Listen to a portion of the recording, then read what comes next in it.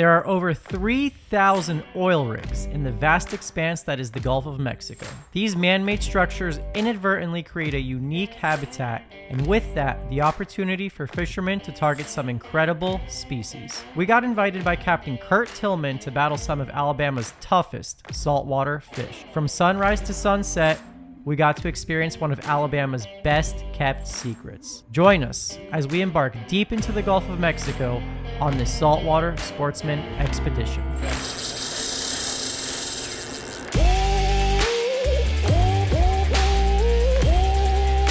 Come on, baby, jump to the boat!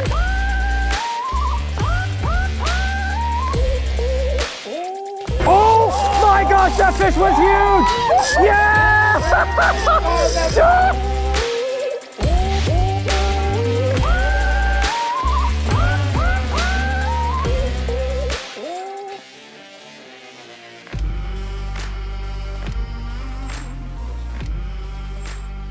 After a 12-hour trip from South Florida to Dauphin Island, Alabama, our journey starts here. I never thought of Alabama as a fishy place, but boy was I wrong. Greeted by the southern comfort of Captain Kurt and his wife Mandy, we geared up for the day. This group of fishermen, including myself, Phil from Saltwater Sportsman, Brook, my fiance, who agreed to miss Valentine's Day for this trip, my buddy Ryan, and Dennis, the man behind the camera, had no idea the bounty that Alabama's fishery would produce. Good morning, everybody. Victor here from beautiful Dauphin Island, Alabama. I'm here with Captain Kurt of Captain Kurt Charters. Yep. And we are about to head off hundreds of miles offshore, and we got some incredible species coming up for you. We'll see you out there. Well, after 12 hours of driving and 2 hours of running out here, first time ever fishing in Alabama, and we're gonna do something really special. We're gonna be dropping jigs, which you guys know I absolutely love to do. So I'm getting my jig and stuff ready. So the first thing that Kurt specializes in actually is we're gonna try to get on some deep drop species. So yellow edge grouper, scamp grouper, snowy grouper. We're gonna do a mixture of jigs and the electrics, and let's get to it. So whenever we jig, you always wanna cast into the direction that you're drifting. So that way by the time our jig is on the bottom, we're gonna be vertical. So the boat's moving this way. So I'm going to pitch my jig into the wind, or away from the wind, into the direction I'm drifting. So that way when the boat drifts right over it, by the time I'm on bottom, I should be straight up and down with my line. Oh shoot. There you go. There's one, there's one! Dude, I was about to drop back down. That don't feel like a bad fish at all. Oh yeah. Come on, give me a good first fish in Alabama, not a bonita or something. Oh dude, this thing wants to dig on the bottom. This is a grouper of sorts. Woo, baby! Yeah.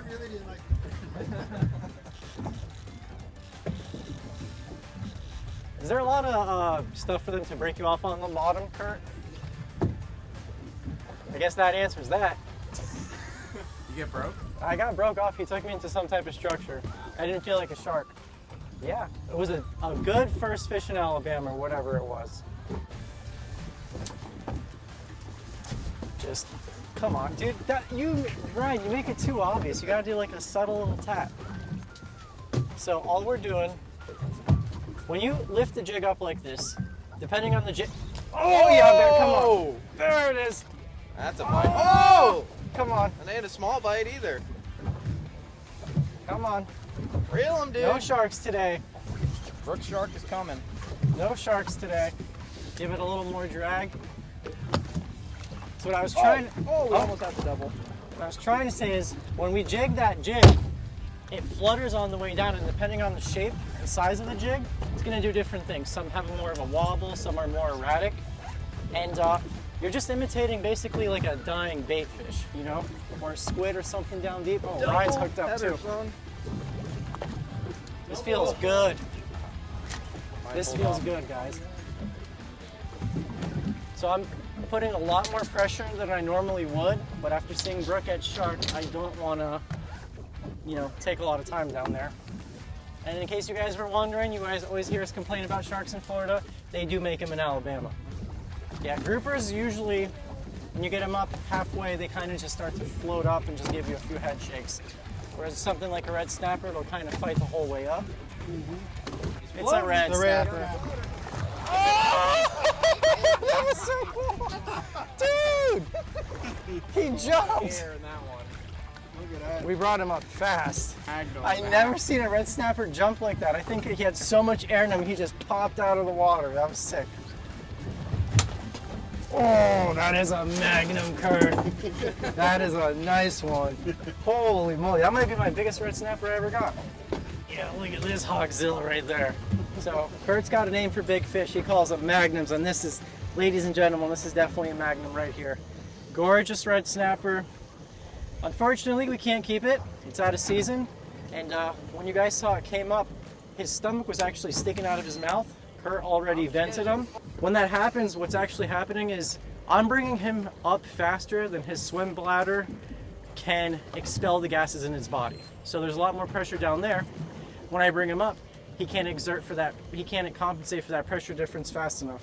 Hooked right here on the bottom. Barely hooked. Okay, so I'm gonna try to get him head first so he goes down. Oh, he got other plans. Oh, he's golden. He went straight down. I love seeing those fish go down. A lot of times you catch snapper, and even after you vent some, they just like can't get their equilibrium right. And you'll see him floating, but that guy shot straight down. Ryan just got himself a scamp grouper, which we can actually eat. Yeah, it was one of the best eating fish in the ocean. The fight was not as intense as Vic's, but it's all about getting that bite, getting that fish in the boat, getting meat in the box right now. We basically just moved areas to just a mile just to get on a different spot. Caught one scamp, and snapper were pretty bad at the last one. We're just bumping around, trying another one. It's a little bit deeper. About deeper we get, the less snapper we're gonna catch. So we're just gonna keep on moving south for a while. Tell Vic he should come fishing on this trip, and then he just bogarts the front of the boat the whole time. It's crazy. Hey man, we're trying to get all the angles here. The thing is like no one else was as aggressive as me on the last trip and just like getting where I wanted to be in for fishing position, and you are equally as aggressive to me to getting where you need to. So I'm just gonna be like throwing elbows the whole time. We got equal jigging energy here. Ryan, you can always tell who's used to pure fishing. Yeah, yep. Oh, that's 100% a thing. Mm-hmm. That's literally what me and Matt were talking about. The piranha is just like, you see the fish, cast at the fish. Like, ask questions later. Something just ate it right underneath the boat, dude.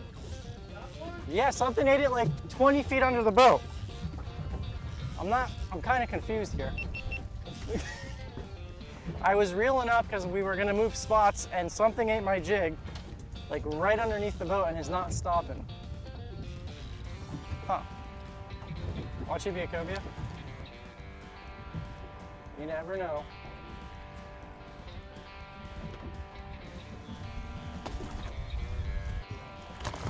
I told you it was something. Real excited to catch some amberjacks, anything that bends the rod, but since we saw what's down there when Brook caught her fish, we're all thinking big grouper on the mind right now. Not our target species. These guys are usually a little bit higher up in the water column, which is what this jack did. I was reeling in real fast and he ate it. So currently Brook is top dog with, I don't know, it's like a 15-pound, 20-pound scamp grouper, absolute Magnum stud. Yeah. I had to pay my taxes. First fish was a shark. That's Not true. everyone can catch a stud snapper as their first fish in Alabama. No, but at least we got to take yours home. Yes. So- And it's going to be delicious. Okay guys, a little update for you. So the plan was to come out here, do a bit of bottom fishing with the electrics and with the jigs. We got one of the target species, the scamp grouper. So we just moved out deeper, tied on some heavier jigs. This is 500 grams, so it's just over a pound. And now we're in like that 500 plus foot range. The deeper you go, you start to get into more yellow edge, snowy grouper. But as the sun goes down, Kurt says that the tuna bite will really start to pop off. So that's going to be the focus for the afternoon / going into night, is to try to get on these yellowfin tuna. And last time Ryan fished with Kurt, he got the fish of a lifetime. He got a 150-pound big eye tuna on a popper just as the sun was going down. We're at the deepest spot of the day so far. Woo! So we moved deeper. We're in 560. Ooh! You got a good fish, Brook. Yeah, she does. Grouper queen. Ooh, baby! to take drag. Oh! Oh, double! Oh, no, no, no. Came off. Back into his mouth. Oh. They fight hard when they're on bottom. There we go. Oh. Doubled up. Doubled up. Double. Yeah. Doubled up with my babe. Oh, man. So Brooke was just saying to the camera, usually when it's dead weight like this and they're not pulling too much, it's usually a grouper. That's exactly what this feels like. This was the second hit I got at this spot. So what I love so much about this deep jigging and just fishing out deep is you really never know what you're gonna hook. There's so many unique species out here, longtail sea bass, all these different types of groupers, snapper, and it's just really cool to think about. You're literally hooking fish that, ooh, I got a good one, man. It's rip and drag. Wow. Yeah, this is a good fish. Y'all have the same fish? Could it be a big Newton of our imagination? I'm sure you've seen that on a few charters, huh? Yeah, a lot of times on the tuna we'll get somebody, especially when we're chunking, they'll get the same fish. But we're just gonna get some Magnum groupers right here. No big deal. You gotta love Kurt. He's got the personality, man. Forever in my mind, Magnum grouper will live on. Now another thing, we really don't like to horse these fish. I'm fishing 20-pound braid. I had 500 feet for a lot of things to go wrong, so you don't want to horse these fish. There's no shark or anything in sight. You know you got them up off the bottom to where you know that they're not gonna wrap you up in anything. I feel your line, Brooke. We gotta figure this out. And Ryan, this is. Oh wait, Beth did something. Let me go Hold on. over you guys. Oh, I'm out. I'm out of you guys. That fish should be floating up. Yeah, the rest is definitely floating. Yep. Watch this big baby. He's fixing to blow up out here. Ready? Now, y'all put the, Dennis? Get ready with these cameras. He's fixing to blow up out here. Oh my gosh! Oh, What is it? Oh my. oh Brooke! Come on, baby. Come to the boat. Look at this. Jeez. The grouper magnet. Well, this is a baby one. What? I'll eat this one for you. They're terrible. They're terrible. Even better than In the Sam. Gulf. Holy moly! Heck yeah! Look at that thing! That is a stud! Well, Brook caught that delicious giant yellow edge. Look at Vic him. caught himself a Magnum. Look at that. AJ. That's a Magnum. Is that your personal best? We got a 92-pounder. That's a big one though. Oh, he's big. He's not small. Oh, Magnum AJ. I don't know, Kurt. That's big. That's a big AJ. He's so fat. Holy moly! He's like That super thing was a stubby. workout. Wow. It's a donkey, dude. Look. What a Donkey Kong. Oh my gosh. Look at Here we go. Look at that. Giant fish with Captain Kurt in Alabama. I'll tell you guys what, we have had the time of our life out here today. That yellow edge grouper is the fish of a lifetime. Stud amberjacks, beeliners, pretty much everything you can imagine. I had no idea that Alabama was this good. But yeah, all in all, a great time. You guys check out Captain Kurt's stuff, linked in the description box below. See you later, Mr. Jack. Oh, that was a nice submarine dive. You see all those bubbles like I told you guys about? They just spilled out of him. He went shot straight down. The multitude of species Alabama's bottom fishery offered was incredible. We caught longtail sea bass, red snapper, amberjacks, scamp grouper, and Brooke caught her biggest and first ever yellow edge grouper. I told you guys earlier this is a Saltwater Sportsman Expedition, all thanks to this guy Phil right here. So if you guys want to learn more about these expeditions that we're doing, you guys can click the link in the description box below. But basically, throughout this year, Saltwater Sportsman is sending us on all these crazy expeditions. If you guys get good engagement on this video, please like it, comment below what you guys want to see next. Maybe we could do some more stuff like this and yeah, you know, keep the ball rolling and do all these epic trips for you guys. Kurt says we got about a 34-mile run We're gonna try to get on the yellowfins now. I am so pumped to show you guys this fishery. This is something I've dreamed about as a kid for a long time, is experiencing the tuna on the oil rigs. You guys are riding shotgun. We're going.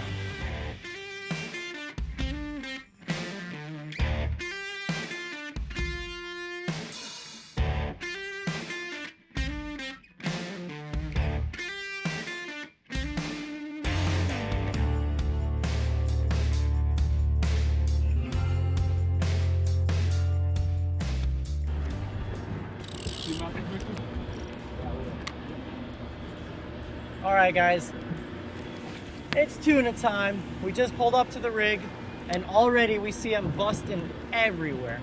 They're popping bait on top. Mandy's already hooked up to one on a jig in the back. But this is incredible. Just fishing next to this massive rig is something so novel to us. Well, at least novel to me. I've never done it before. And as that sun goes down, the tuna are gonna start to push up more and more and more. To be honest, guys, sensitive to low light. we got more fish on poppers in the middle of the night last time than any other bait, which is crazy. What? You don't expect it. Dude, they were munching the popper, pitch black, munching the popper. There's a bunch of ambient light that we're going to get from this thing, so it's going to be crazy. I got to land the drone. There's a lot going on. A lot of stimulus. You got it? Yeah. Damn, he did not like that. Ryan was the first of us to hook one of these sickle-finned monsters, but not the last. Little did I know that as the sun started to set, the best of the day was yet to come.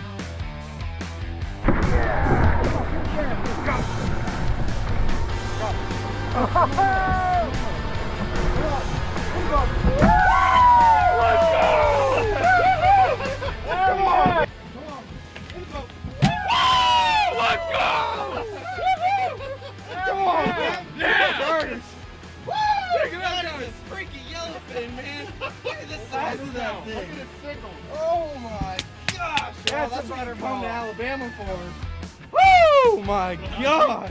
Alright guys, Ryan just caught this absolute stud of a yellowfin. I'm not going to spoil the fight for you, but if you want to see that video, you guys got to check out his channel, linked below. And yeah, man, he caught a 150-pound big eye last time on a popper. Now he got a stud yellowfin. This is my biggest yellowfin ever, man. Just epic. Just feel so lucky to be here. So, you know, proud to be a part of a good team, man. That's it. Ryan just put the first yellowfin in the boat.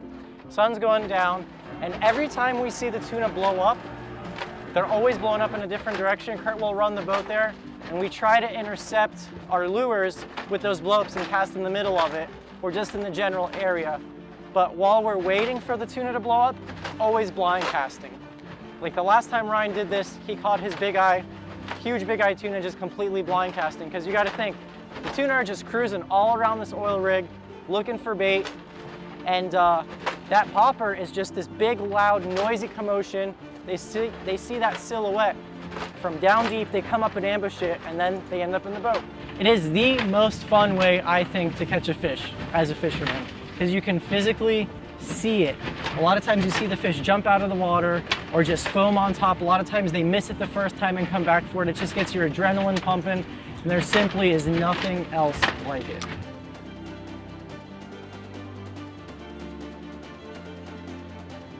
At any second, that fish that Ryan caught earlier could come up and eat this little, dumb little wooden lure that's just popping on top of the surface. Is what just, it's like it's an addiction that fishermen only know.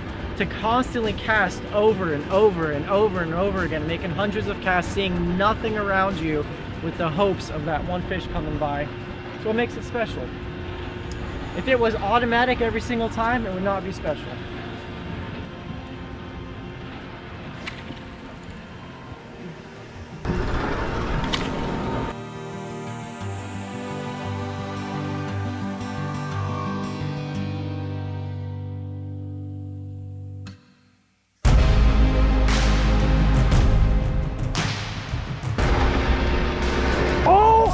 Gosh, that fish was huge! Yeah! That looked like a big fish, didn't it? I don't think this fish knows he's hooked yet. Like I was saying, guys, at any second. You never know when that monster's gonna come by. Yeah, boy.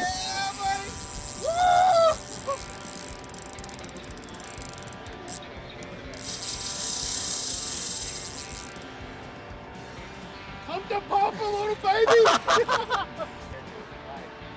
This is pretty epic. That sunset in the background, the oil rig. Oh, here we got another run, Dennis.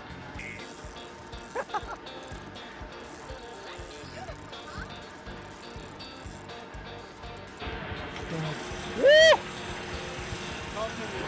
Turn the boat to the left, the bow to the left.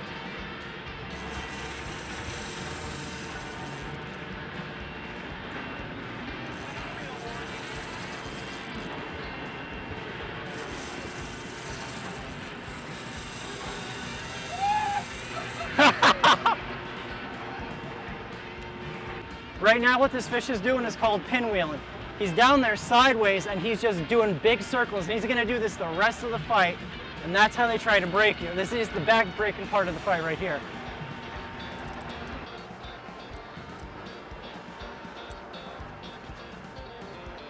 It's all over now but the crying. Dude, I tell you what, tuna fishing is the most fun thing you can do. But you want to put yourself through some torturous pain. It's like the most consistent, it's like you're, how do I describe it? I'm hooked up to like a 315-pound barbell on the other side, and I'm gaining like an inch at a time. That's what it feels like. Lower back's locking up. And I think this fish is big, but I don't know if it's as big as, I don't know if it'll break the 100-pound mark, but every fish is different. Some of them come right up top and kind of die out. And then other ones go down, and that's when they really kick your ass, is when they go down like this. Take these things off. Hey, today, Junior. Wardrobe change. Get naked now. Here, put your foot in. These tuna will call you to strip down, baby. You take it all off. Worse. Hydration.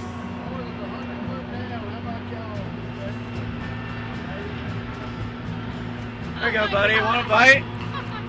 Little Debbie's. Oh, No! The fish don't like Little Debbie's.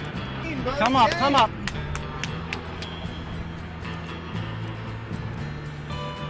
Woo! He's freaking out, dude. That's not good. Did it? A lot of times they'll come up all at once. Oh, they got him! Oh yeah, he's a nice one. Big sickles on this one too. He's the kind if you take on some money. Come on, brother. Come on, brother, we're gonna catch some fish, brother.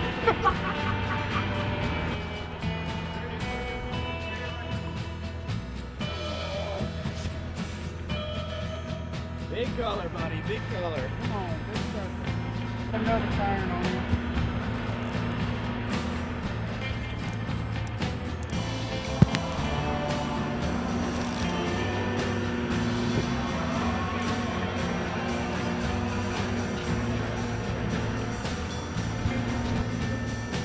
Come on, Ryan. He's up high, get him. Yes. Ready? One. Hang on, get him up. Yep, high.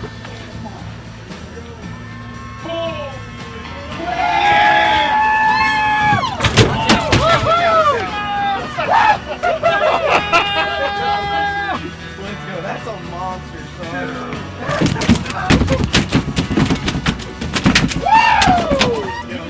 You don't even know how to celebrate because you're so tired. Biggest ever yellowfin right there. Biggest ever tuna, Biggest right? ever yellowfin. Holy moly. Dude, the pain cave is real. It I'll is, tell you son. what. Hey, get a load of that. Look at that. Hopper life, baby. Look at that. Picture this boulder ball coming up top and eating that little guy right there. I thought it was going to be like 60, 80 pounds. I gave that fish absolutely everything I got. That's the plan. on the spinning reel, on the spinning rod. Not making excuses, but when you're fishing them on this gear, it's so much it's so much fun to hook them on a lure, which you kind of need a spinning reel for. But man, is it a workout, because you don't have that conventional reel to lean on the rod. You're always worried about the line touching the gunnel, but it is worth every second of pain a fish like this. I don't know anywhere else in the world. We caught yellow edge grouper today, scamp grouper, beeliners, long-tailed sea bass. The night's just getting started. 100-pound class yellowfin tunas in the boat, all in the same day. Absolutely epic. 5 minutes after the fight, and this tuna is still so much power on these things. I mean, you see what he's doing to the deck right there.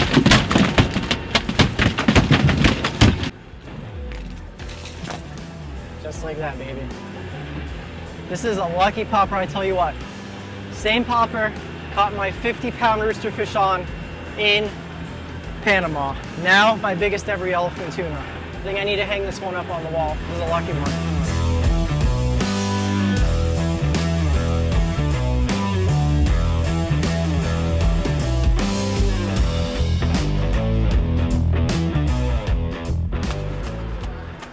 The sickles.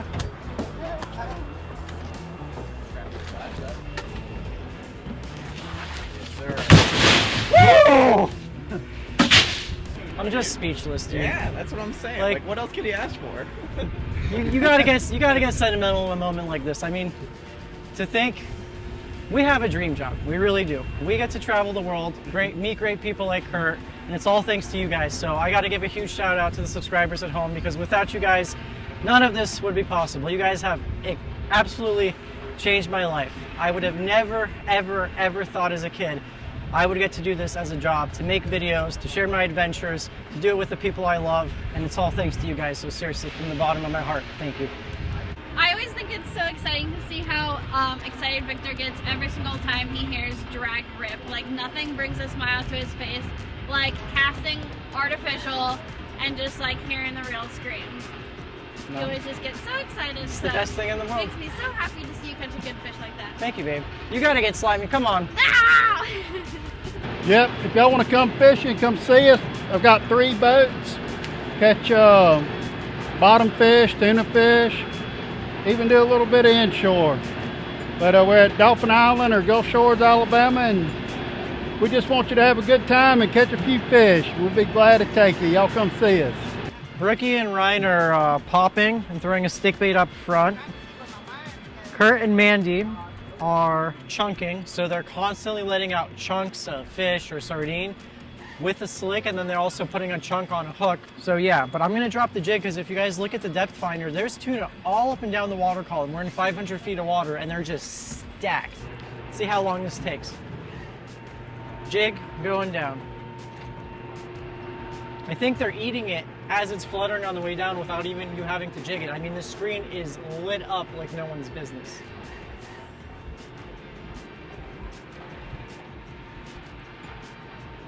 On the way down, Dennis. It took, I think, 20 seconds to get hooked up here.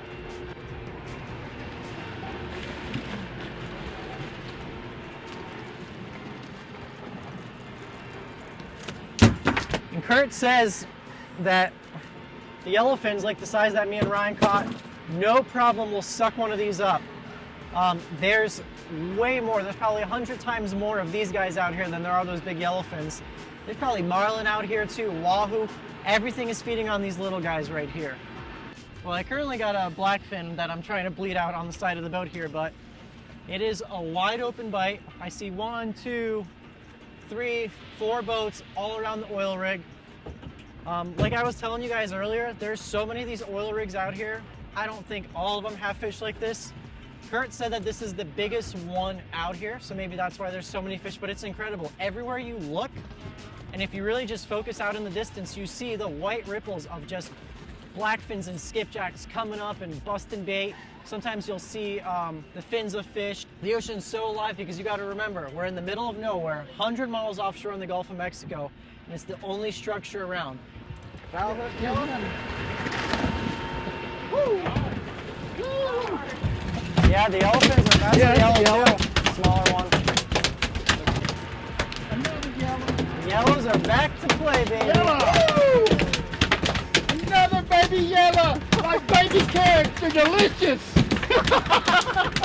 You like baby carrots that much, Kurt? Not really, but you know, it's all about the concept. Yeah, like a baby carrot. Like a baby carrot. I think for the last like hour and a half, it was straight blackfins, and then look, back to back, me and Ryan with the yellowfins. They just show up out of nowhere. That's the size you want to catch on the spinning reel, Brook. Oh my God. Come on. Oh, there he is. Go use my rod. Give me something.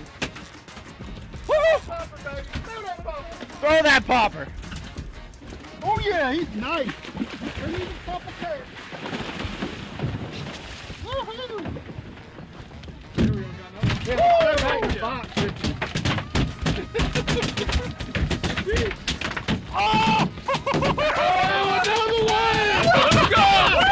Yeah, baby! Oh, man. We're on fire! We are in fishing heaven.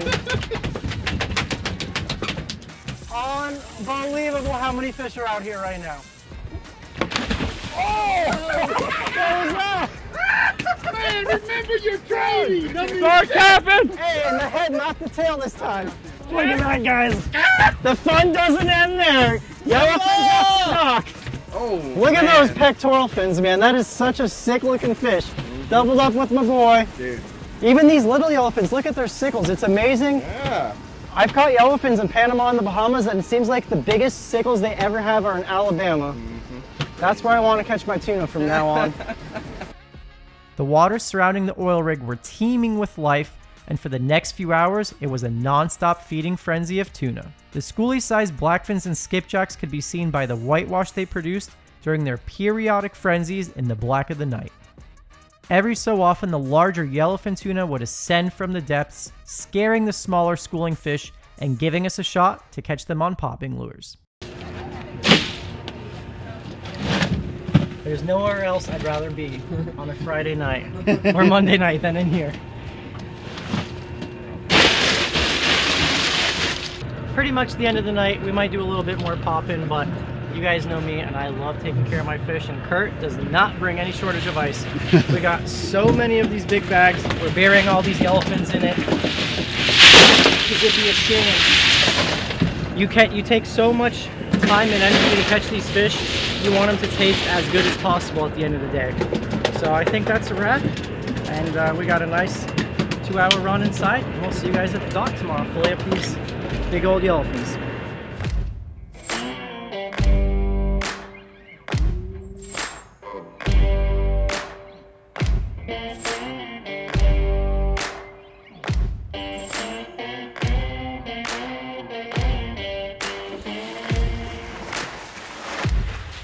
Easy.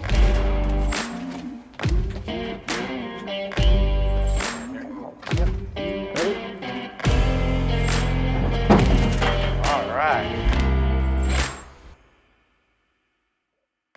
Okay.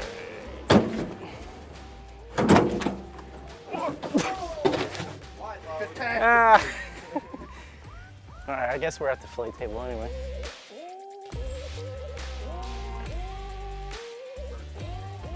All right, guys, get a load of this guy right here.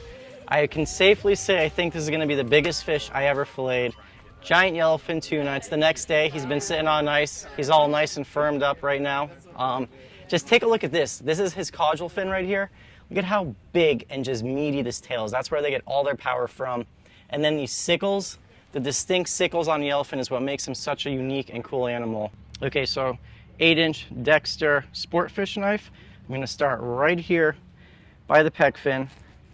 I'm gonna just follow the soft part of the head meat right here around, kind of to where it would end.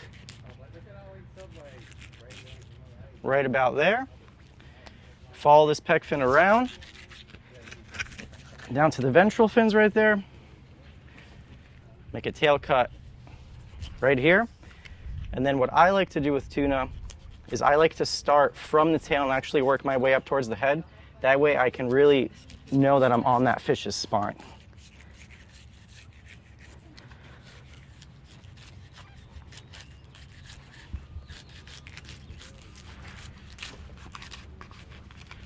And they always got a really hard part right here by this dorsal fin that's kind of tough to get through. And then basically we just follow this until we get to the center backbone of this tuna.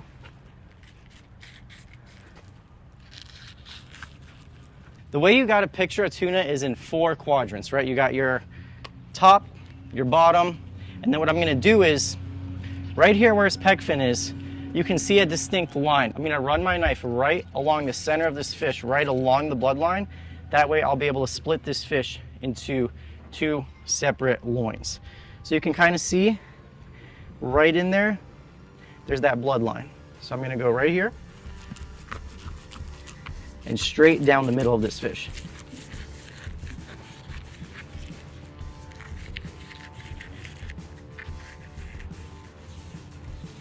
We're pretty much freed up. You can feel when your tuna is ready to go and that loin's ready to slide off. So if you can picture it, I just separated it from the backbone out to the top half. Get ready for this. Look at that reveal. Oh yeah, baby. Gorgeous tuna loin right there.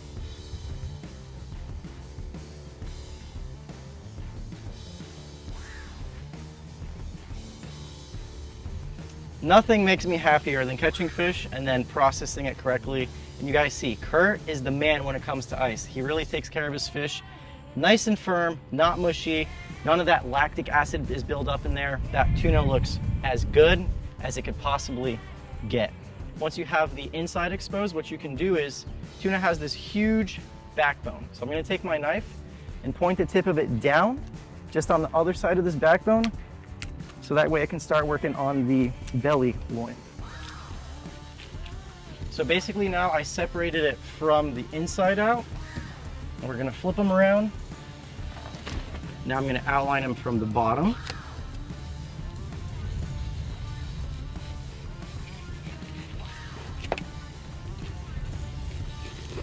Being careful when I go to the belly because you don't want to get too much into those guts. You kind of want to ride your knife above that gut line. And then I rest my knife right here, bottom side of the fish.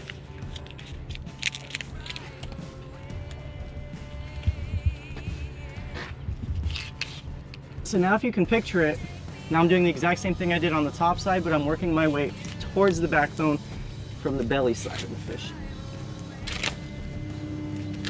Until we get to the backbone, take your tuna to the chiropractor.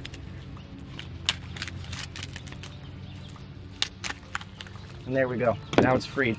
So now you got it. Now we can see the bottom one. Look at that. Look at that gorgeous piece of fish right there. All right, guys, there she is. Yellowfin tuna, all filleted out. Only thing I want to check now, see what this big girl's been eating, if the stomach is empty or full. Well, there's something in there, I think.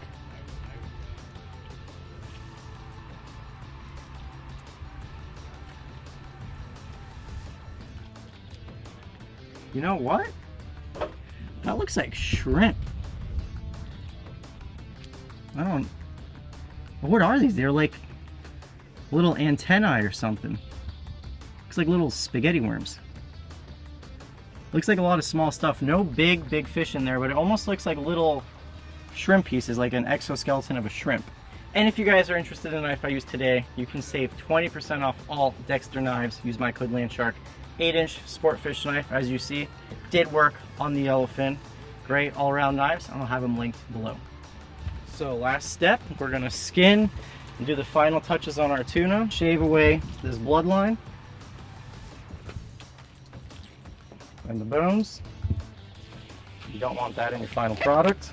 It just looks like oil's glistening. Like we've caught, when you catch tuna in like the Bahamas or Panama, I feel like the water's so much warmer. I don't feel like there is a fatty of a fish. This feels like a just more fatty, oily fish, which is what you want with tuna. And then to make skinning easier, the best thing to do, you could go like this, not fillet or not skin it all at once. Tilt my knife, run my hand right and trail right behind the knife, and you kind of skin it from the inside out, and look at that. Perfect. Look at that rump, no skin. Rump roast. Dude, it looks so good. I'm so paranoid about letting your saltwater fish touch fresh water, especially fish like this, because most of the time you're going to eat this raw or a sushi and it's going to just ruin the texture. So you guys see, this hasn't been sprayed or anything.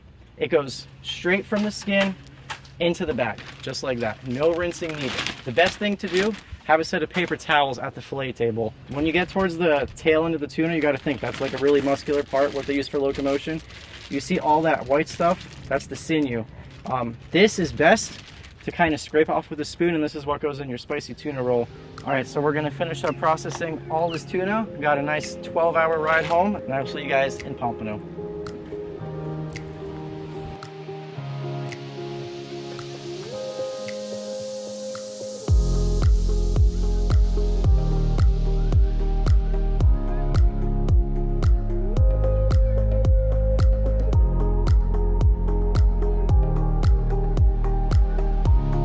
Tell me this does not make your mouth water right there. This is the best looking yellowfin tuna I think I've ever laid my hands on. Those tuna made in Alabama just hit different. Okay, so the bloodline I tell you guys always about, and especially in tuna and pelagic fish, it goes rancid the fastest. This is just a day later, so what I'm gonna do is just shave it off. So nobody wants that in their dinner. It's just got a really strong fishy flavor, so we're gonna get rid of any remaining bloodline. And what I'm gonna do is we're gonna have big just hunks of meat on the grill, big yellowfin tuna steaks. And I love being able to do that because when you catch like the smaller blackfins by us, we can't do it because the steaks, the loins just are not that big. So I'm gonna go about, let's say 1 inch. Okay, we're gonna do 1 inch steaks of our tuna. Oh yeah, baby, look at that. Just imagine that sizzling on the grill, which it's gonna be in a little bit here. 6 steaks ready to hit the grill. I already know Brook's dad's gonna call dibs on this one. The one that's the shape of Texas and size of Texas. I've never seen They look yellowfin amazing. tuna. I've never seen any kind of tuna look that good before. We've had fresh bluefin tuna before. We've had a bunch of yellowfin before, and this is pristine. Yeah, some branch and vine, garlic, olive oil, just so that way our tuna doesn't stick to the grill. I'm just gonna kind of brush both sides before we season this. Most of this will rub off of the tuna, but just something for the seasonings to adhere to, and like I said, just so that it doesn't, less of a chance of it sticking. So we're gonna hit them with the salt. And you guys see how thick this is. You can go super heavy because I want that salt to penetrate deep into the fibers of the tuna. You're not gonna over season this. This fish can handle a lot of salt. Garlic powder. Some coriander. And now our freshly cracked pepper. Thank you. That is primo. Now the question is, which steak are you picking? Oh man, give me the biggest one. Victor already said that you were gonna pick out the biggest one. I said the one that's the size of Texas. Are we blackening? No. I think Brian thinks that there's 2 forms of cooking fish. You either fry it or blacken it. If it has any type of heat with the pan, he thinks it's blackened. Now we're gonna grill it. I love blackened tuna. Man. Yeah, from the few pictures I got, it looked like you guys were really enjoying something totally different. It was a most unique experience I think I've ever done fishing. So we're out here on the Camp Chef Apex grill. I'm gonna be using the propane burners inside, but it also does have wood pellets so you can smoke things. My favorite piece of cooking equipment. And here we go, ready for that sizzle. I'm gonna put the biggest ones on first.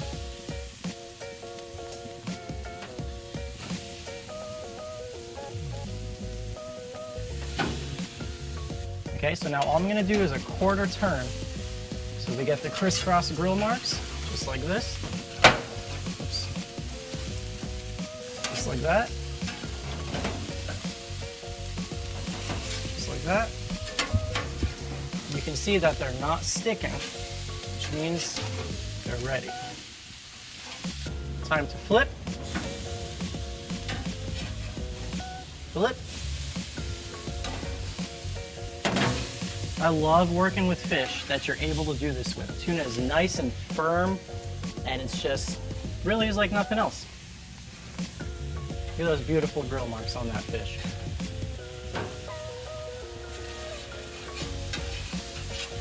Pretty sure they're done, but just to be safe, let's take one of these bad boys off and cut into it, because they are rather thick. And it really depends on what you like. If you like it medium rare, or if you like it cooked all the way through, there's really no right or wrong answer, but I just like them to have a warm pink center. So you don't want that middle to be cold, but you also don't want it to be completely cooked, because that's when tuna starts to get dry. Tuna really shines when it's either eaten raw or partially raw. So seared or just lightly grilled like this. Tell me your mouth is not just watering right now. Beautiful grill marks, just the best fish money could pretty much buy. I mean, if you were to go and get this in a restaurant, Dennis was asking me how much you think one of these steaks would cost. I would say easy 30 bucks. What you guys didn't see me make, I just got a little cold orzo pasta, red onion, tomato, parsley, cucumber. I cooked the orzo and then let it cool off. Just hit it with a little salt, pepper, and olive oil. We just got some simply baked asparagus, salt, pepper, olive oil. Nothing fancy, just really letting the asparagus shine. Now we got our yellowfin tuna, the star of the show.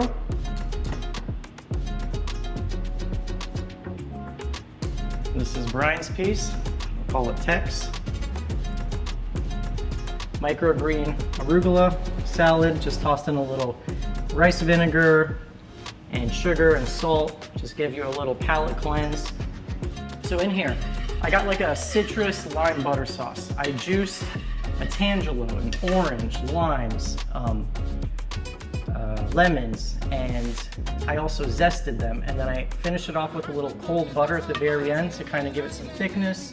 Put a little coriander in there, some salt, and it's just a nice sauce that'll kind of tie everything together. It's a super fresh, yet savory with the butter sauce, and I think it'll pair perfectly with our tuna as well. You ready? I can see mine. Is it this one? I think it's that one. It's the biggest one is Is yours. this one? Wow. The best way to eat tuna. Pink in the middle like that. Glad it's not blackened. Because this is amazing.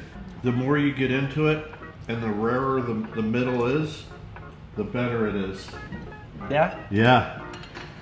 I should have gotten you guys knives, I forgot. You don't need it. Yeah, you No? don't really need it. You sure? It flips right Super over the tender. fork. Yeah, no, you don't need a knife. Okay. So, check this out, guys. So you got your, you got a little crust on the outside, you've got your grill marks, but that, let me get you guys a good shot. This is where tuna shines right there. That warm pink center is what you want, because it's not overcooked. You still get that, raw tuna flavor, and it's just, everything comes together. I'm really happy with this dish. I'm happy to serve it to the ones I love. It's phenomenal. This citrus sauce that you made, Vic, pairs so well with it. And it's not every day you get this giant. The bigger the yellowfin is, the bigger the steak you can have. So it's not every day you get this big of a steak from a tuna like this, and it's amazing. I want you to eat, Dennis. You gotta enjoy this while it's hot. This is perfect. Yeah. This is perfect. Thank you, Brian. Yeah, I've never seen a tuna steak this big in my life, and it's incredible. I'm super stoked that you guys got to go on that trip and bring home fish like this. So fresh. Looks like stuff. Well, I just want you to eat. Yeah, tuna. it's so fresh. It may be better than steak. Like, it's so good. Wait till you try it. I'm sure this is gonna taste good after all the fast food we've eaten the last Oh 2 days. yeah, it's been fried chicken and Barbecue and cheeseburgers. oranges, lots of oranges. I like oranges though. All right, that's an outer piece. Yeah, that sauce is good. Well, enjoy. Yeah, it's really good. Yeah, what? I mean, the sauce is, I feel like you can use the sauce on anything though. It's phenomenal. Thank you guys. I can't say enough good things about that trip. Captain Kurt is the man. If you guys are looking for a trip in Alabama, or even are considering a fishing trip, I would give Alabama a shot. I never knew the fishery there was that good, and he catches fish all year long. Snapper, grouper, cobia, tunas. It's as good as it gets. And big shout out to Saltwater Sportsman and Saltwater Sportsman Expeditions for sponsoring this trip. I'll have all their information linked below. Thank you guys for watching, and I'll catch you in the next one.